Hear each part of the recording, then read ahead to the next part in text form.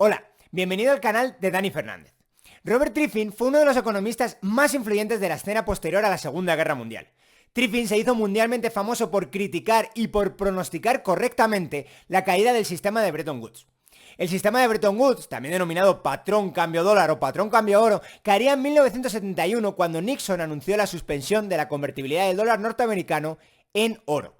Triffin, nuestro protagonista de hoy, había pronosticado la caída de este sistema en fecha tan temprana como 1959, es decir, 12 años antes de que ocurriera. Y mirad, este va a ser el primero de 3 vídeos que se proponen analizar. Estos vídeos, tanto el funcionamiento del sistema de Bretton Woods como la crítica del famoso Robert Triffin, y finalmente acabaré con una crítica mía a Robert Triffin. El caso es que esta crítica de Triffin se ha venido a denominar el dilema de Triffin y es muy famosa.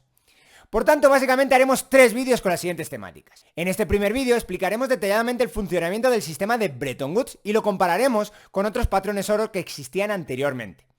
En un segundo vídeo vamos a ver en detalle la crítica y pronóstico acertado de la caída del sistema de Bretton Woods realizado por nuestro querido Robert Triffin. Es decir, veremos el dilema de Triffin. Por supuesto, para analizar este dilema de Triffin en el segundo vídeo tenemos que conocer bien cómo funciona el sistema de Bretton Woods, que os voy a explicar en este primer vídeo. En el tercer y último vídeo de esta serie veremos por qué, a pesar de que Triffin anticipó muy bien el colapso de Bretton Woods, en realidad lo hizo por los motivos equivocados. En el tercer vídeo os voy a realizar una crítica al propio dilema que planteó Triffin. Es decir, veremos en qué se equivoca Triffin y analizaremos las causas reales por las que cayó el sistema de Bretton Woods en 1971.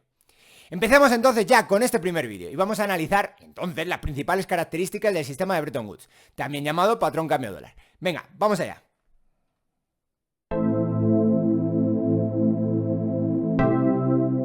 Bueno, entonces, ¿cómo funcionaba el sistema de Bretton Woods o el patrón cambio dólar? El sistema de Bretton Woods nació en 1944 y fue el último de los patrones oros que ha conocido la humanidad. Este sistema colapsaría en agosto de 1971. Bretton Woods tomó la forma de patrón cambio oro. El patrón cambio oro ya se había puesto en práctica en el periodo de entreguerras con nefastos resultados y terminó con la salida del Reino Unido del patrón oro en 1931. Y bueno, también con el nacionalismo monetario y comercial de los años 30 que llevó al mundo por la senda que conduciría, por desgracia, a la Segunda Guerra Mundial. El patrón cambio oro o sistema de Bretton Woods instalado después de la Segunda Guerra Mundial, es decir, este patrón cambio dólar, terminaría de forma abrupta cuando Estados Unidos decidió salir del patrón oro en 1971. Hay que decir, eso sí, que muy diferentes serían las consecuencias de la salida de los dos patrones cambio oro. En los años 30 se produciría una importante deflación, mientras que en los años 70 se produjo una acusada inflación. Pero veamos entonces qué es eso del patrón cambio oro de forma más general.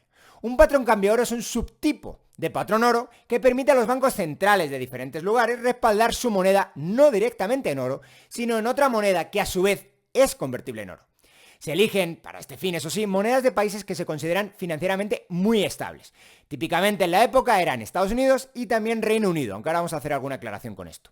Por tanto, se puede decir que en el patrón cambio oro, una o unas pocas monedas son convertibles en oro y el resto de monedas son solo convertibles en oro de forma indirecta. Esto es básicamente mediante su conversión intermedia en monedas que sí están directamente relacionadas o son directamente convertibles en oro. En el patrón oro clásico, los bancos centrales tienen la mayor parte de sus reservas monetarias en forma de oro, aunque los intercambios internacionales, eso sí, se realizaban principalmente mediante el sistema de crédito.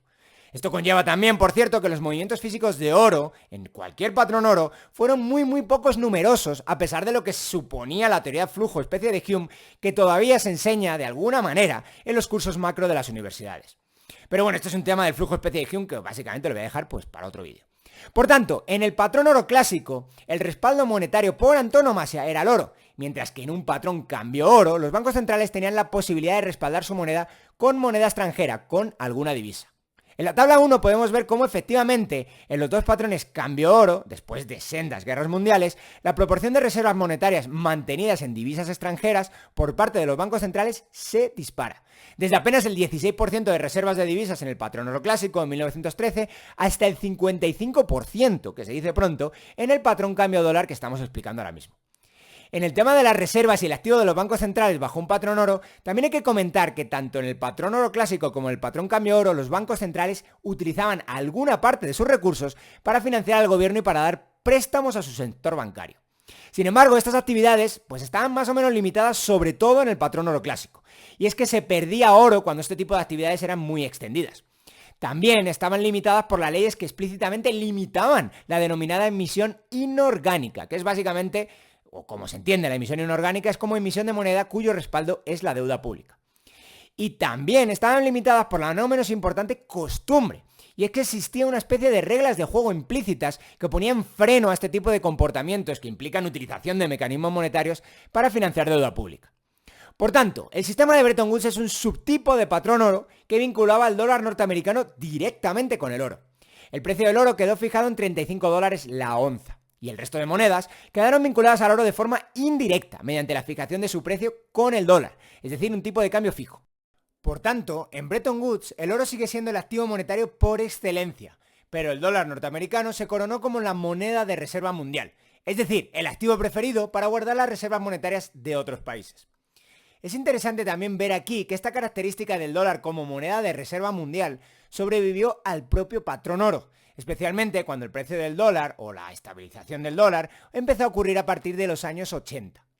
Un rasgo distintivo del sistema de Bretton Woods es que se trataba de un patrón oro muy imperfecto. En el patrón oro clásico, que como ya sabéis cayó con la Primera Guerra Mundial en 1914, la convertibilidad de la moneda significaba que todo aquel que quisiera ejecutar el derecho de hacer efectiva una cantidad de oro que representaba la moneda tenía capacidad de hacerlo. Es decir, así en palabras más llanas, cualquiera podía ir con su papel moneda y recibir oro cuando quisiera. El concepto de convertibilidad de la moneda se va restringiendo paulatinamente durante todo el siglo XX. En Bretton Woods, en claro contraste, la restricción de convertibilidad es prácticamente absoluta, al menos para todo agente económico que no sea un Estado soberano. En la práctica, básicamente, solo terceros países, otros países, podían exigir el pago de dólares por oro.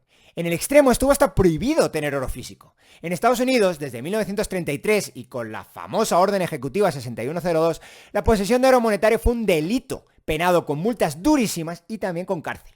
Esta enorme restricción no fue levantada hasta nada menos que en 1974, y fue pues cuando ya una vez el sistema de Bretton Woods ya había colapsado e implosionado.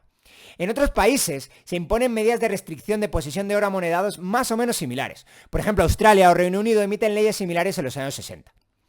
En la tabla 2 podemos ver cómo el oro en circulación era casi tan grande como las reservas monetarias guardadas en bancos centrales en el patrón oro clásico, en concreto en 1913, antes de que colapsara.